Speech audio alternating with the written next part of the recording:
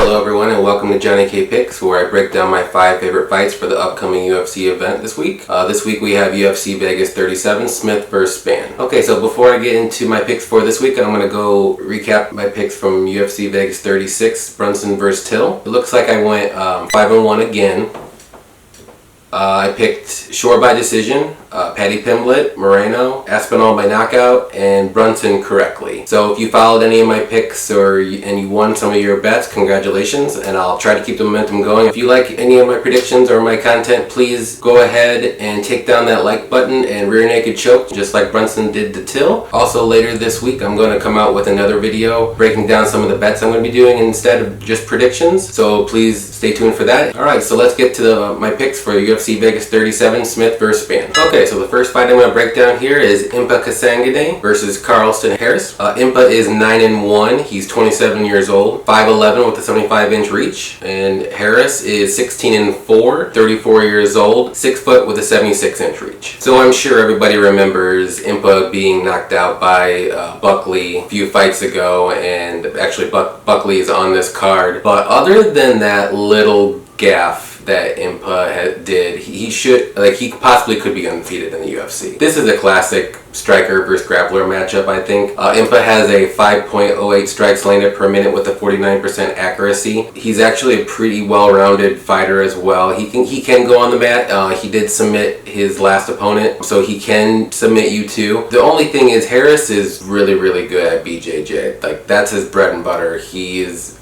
great on the mat. He's a great grappler. He's not the most technical of strikers, but in the UFC he's only submitted one guy, and I think it was in the first round. It was real quick, so I don't really know too much other than he's just a really, really good grappler. Overall with this fight though, I'm going to go with Impa. This is going to be a close, good fight. If Impa can keep it on his feet throughout the fight, or the majority, I think he will end up winning, whether it's by decision or knockout. I don't think he's going to submit Harris here by any means. If he does get on top of him, he's probably going to be more in like wrestling defense mode, but I think he's going to want us to keep it on the feet and strike with him. But if this fight does get on the mat, I would favor Harris 100% here, but with my pick, I'm going to go with Impa by decision. Okay, for the next fight I'm going to break down here, it's Nate Maness versus Tony Gravely. Nate comes in at 13-1. He's 30 years old, 5'10 with a 72-inch reach. And Tony Gravely comes in at 21-6, 29 years old, 5'5 with a 69-inch reach. So in the striking department, we have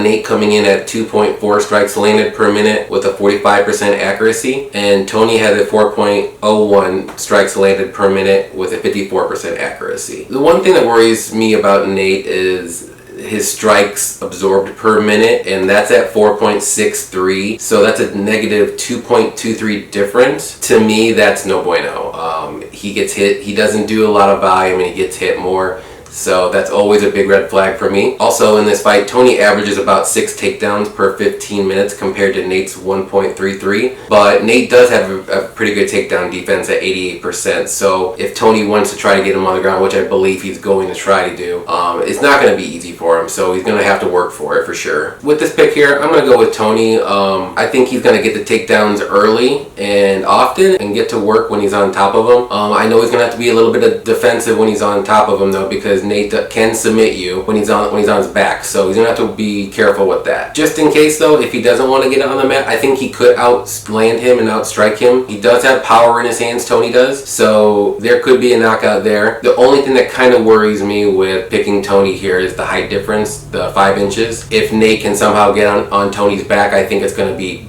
game over right away. He's gonna rear naked choke him, but hopefully Tony can stay in front of him, make sure he doesn't get his back, take him down, and once he's on the ground, they're the same height, so it doesn't matter after that. So with my pick here, I'm going to go Tony Gravely by decision. So the next fight I'm going to break down is Joaquin Buckley versus Antonio Arroyo. Buckley comes in at 12-4, 27 years old, 5'10 with a 76-inch reach. Arroyo comes in at 9-4. He's 32, 6'3 with a 73.5-inch reach. Okay, so like I said earlier in the video, Buckley was the one that knocked out Impa with that back spinning kick. So he is a dangerous striker. I personally believe he's definitely the better striker of the two. Arroyo is probably better on the ground. He does have good BJJ, but the only thing about Arroyo here is he's a one-round fighter.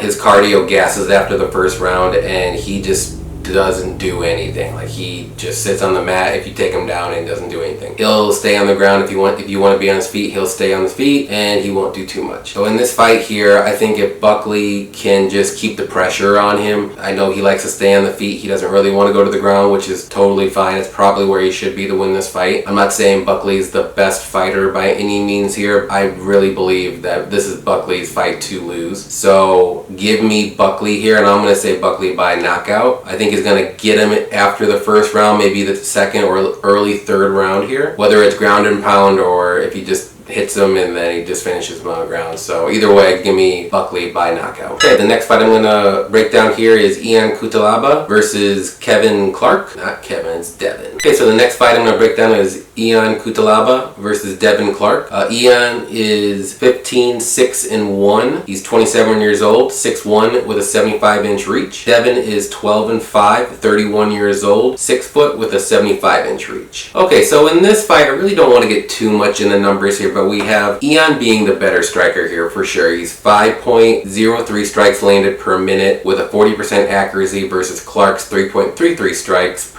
landed per minute with a 57% accuracy, which is pretty good.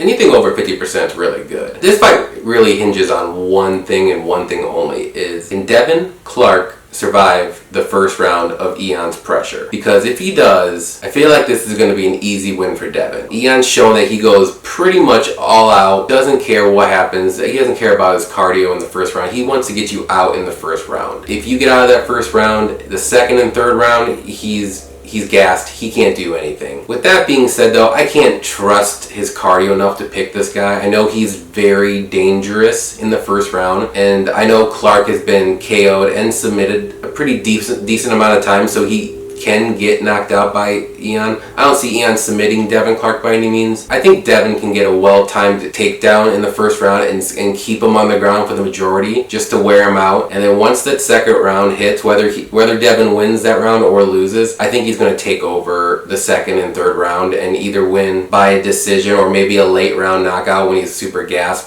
With my pick here, I'm going to say Clark is going to win by decision. Okay, so main event time here. We have Anthony Smith versus Ryan Spann. Smith comes in at 35-16, 33 years old, 6'4" with a 76-inch reach. And Spann is 19-6, 30 years old, 6'5" with an 81.5-inch reach. So once again, like last week, I know this fight doesn't scream like a main event fight. If you really dig a little deeper, this fight is actually going to be a pretty good fight, I think.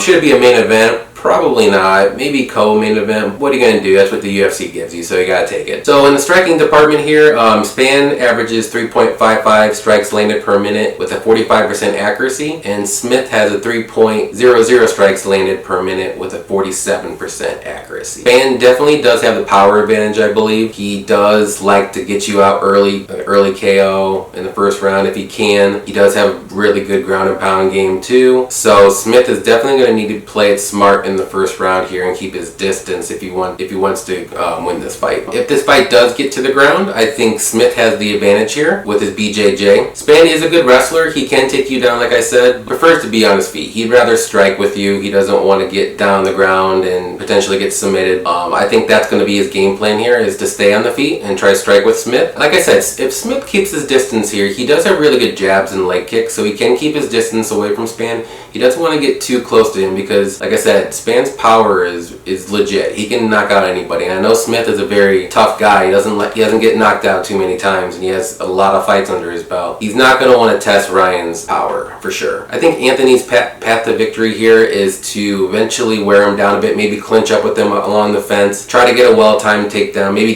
get on top of him and go to work, and try to look for a submission or in the later rounds here. Once again, I do think if Smith can last the first round and second, potentially, it's going to be an easier fight for him in the later rounds. Spann usually doesn't go longer than the first round. My pick here, I'm going to go with Smith. It's going to be a pretty close fight, but with Anthony's experience, I think he's gonna outwork Ryan here. And like I said, he does have the advantage on the ground. So if this fight does get to the ground, which I believe it's going to eventually, Smith is dangerous on the ground, whether he's on the back or he's on the top. So he can get a submission here or not from either side, whatever he wants to do. So with my pick here, I'm gonna go with Smith by submission, probably in the third or fourth round, maybe fifth. I could see like the third or fourth, that's where he's going to wear him out enough to where he can get a submission. Alright, so to recap here, I have Impa by decision, Gravely by decision, Buckley by knockout, Clark by decision, and Smith by submission. Okay, thank you everyone for watching, and like I said earlier, please like and subscribe, and keep an eye out for my new video coming out later this week where I break down some of the bets that I will make for UFC Vegas 37. So yeah, so I hope everybody enjoys the weekend, and happy fight night.